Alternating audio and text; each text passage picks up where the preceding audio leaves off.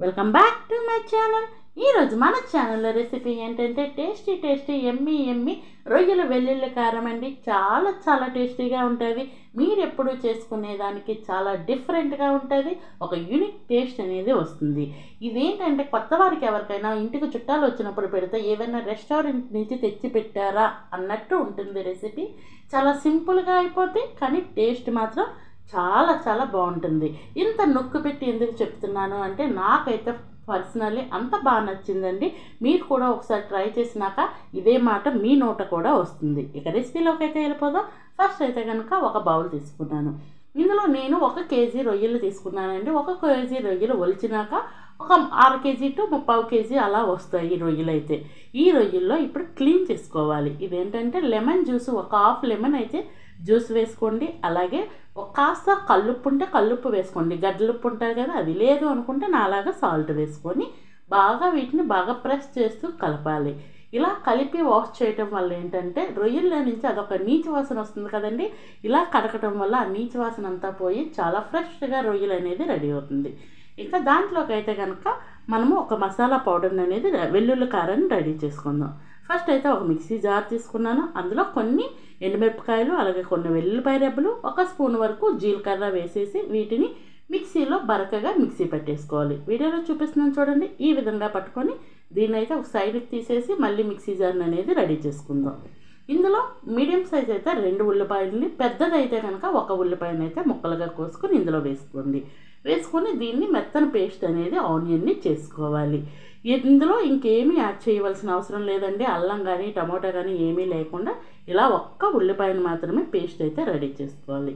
Next అయితే process అనేది start చేసుకుందాం. స్టవ్ వెలిగించి మళ్ళీ కళాయి పెట్టుకొని అందులో 1 స్పూన్నర ఆయిల్ అయితే వేసుకోండి.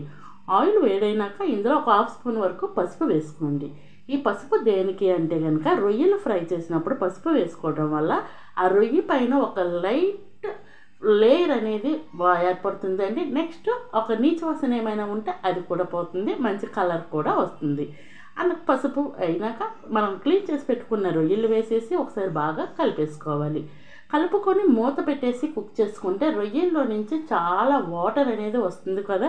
మీరు ఎప్పుడు వండుతూ ఉంటారు కాబట్టి తెలుస్తుంది. వాటర్ అయితే చాలా ఎక్కువ వస్తుంది. అది ఎగిరిపోయేంత వరకు మనం దీన్ని ఫ్రై చేసుకోవాలి.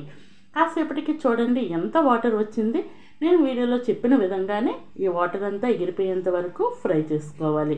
కాసేపటికి హై టు మీడియం ఫ్లేమ్లో పెట్టేసుకుంటే కాసేపటికే ఫ్రై అయిపోద్ది. ఇలా ఫ్రై అయిపోయిన రొయ్యల్ని సైడ్కి తీసుకుని పెట్టేసుకుందాము. ఇలా ఫ్రై అయిపోయి కదా, వీటిని అయితే కనుక సైడ్ పెట్టేసుకుందాం. నెక్స్ట్ అదే కళాయిలో మిగతా ప్రాసెస్ అనేది స్టార్ట్ చేసుకుందాం. ఇందులో మరొక స్పూన్ నుంచి స్పూన్నర వరకు ఆయిల్ అయితే వేసుకోవాలి. ఆయిల్ వేసుకున్నాక ముందుగా మనం పేస్ట్ చేసి పెట్టుకున్నాం కదా ఆనియన్ని, దాన్ని అయితే వేసుకొని మంచిగా ఫ్రై చేసుకోవాలి. అలాగే ఈలోపు అయితే మీకు వచ్చిన రిక్వెస్ట్ అండి, మన ఛానల్ని ఇంతవరకు ఎవరైనా సబ్స్క్రైబ్ చేయకపోతే ప్లీజ్ అండి సబ్స్క్రైబ్ చేయండి. వీడియో నచ్చితే లైక్ చేయండి. మీ ఫ్రెండ్స్ అండ్ ఫ్యామిలీ మెంబర్స్కి షేర్ చేయండి. అలాగే ఈలోపు అయితే కనుక ఆనియన్ పేస్ట్ అయితే వేసేసి బాగా కలిపేసుకున్నాను చూడండి. మూత పెట్టుకొని మధ్య మధ్యలో కలుపుకుంటూ దీన్ని అయితే ఇలా ఫ్రై చేసుకోవాలి. చూడండి బాగా ఫ్రై అయింది కదా. ఇందులోనైతే స్పైసెస్ అనేవి యాడ్ చేసుకుందాం. 1/2 స్పూన్ వరకు జీలకర్ర పౌడర్, 1/2 స్పూన్ వరకు ధనియాల పౌడర్, అలాగే 1/2 స్పూన్ అయితే కనుక గరం మసాలా పౌడర్ వేసుకోండి. వేసుకున్నాక ముందుగా మనము మిక్సీ పట్టి ఉంచుకున్నాం కదా వెల్లుల్లి కారం కూడా వేసేయండి. పసుపు ఆల్రెడీ వేసాం కాబట్టి కాస్త చూసుకొని తక్కువైతే కాస్త పసుపు కూడా వేసుకోవాలి. వేసుకొని వీటినన్నింటినీ స్పైసెస్ అన్నింటినీ బాగా కలుపుకొని దీన్ని మంచిగా ఫ్రై చేసుకోవాలి. ఇందులోనే నాకు కారం సరిపోదేమో అని చెప్పి మరి కాస్త కారాన్ని కూడా యాడ్ చేసుకున్నాను. అలాగే ఇందులో టేస్ట్కి తగ్గ సాల్ట్ కూడా వేసుకున్నాను. రొయ్యలు కడిగినప్పుడు సాల్ట్ వేసాం కాబట్టి చూసుకొని కాస్త సాల్టీగా ఉంటాయేమో, 2-3 సార్లు కడిగేస్తాం కాబట్టి సాల్ట్ అయితే ఉండదు. అడ్జస్ట్ చేసుకొని సాల్ట్ కూడా ఇక్కడ వేసుకోండి. మొత్తం సాల్ట్ కారం అంతా బాగా కలిసేటట్టు ఫ్రై చేసుకోవాలి. ఇలా ఫ్రై అయిన తర్వాత ముందుగా మనం వేయించి పెట్టుకున్నాం కదా రొయ్యల్ని, ఆ రొయ్యలను తెచ్చి వేసేసుకోవాలి. వేసుకొని బాగా ఈ పేస్ట్ అంతా మనకి రొయ్యలకు బాగా కలిసేటట్టు బాగా కలుపుకొని ఫ్రై చేస్తూ మధ్య మధ్యలో కలుపుకుంటూ మూత పెట్టుకొని కుక్ చేసుకోవాలి. అలా చేయటం వల్ల ఏంటంటే ఆ ఫ్లేవర్ అంతా రొయ్యల వరకు వెళ్ళి బాగా పడుతుందండి. అందుకని చెప్పేసి ఇలా ఫ్రై చేసుకోవాలి. చూడండి కాసేపటికి కలర్ బాగా చేంజ్ అయింది కదా.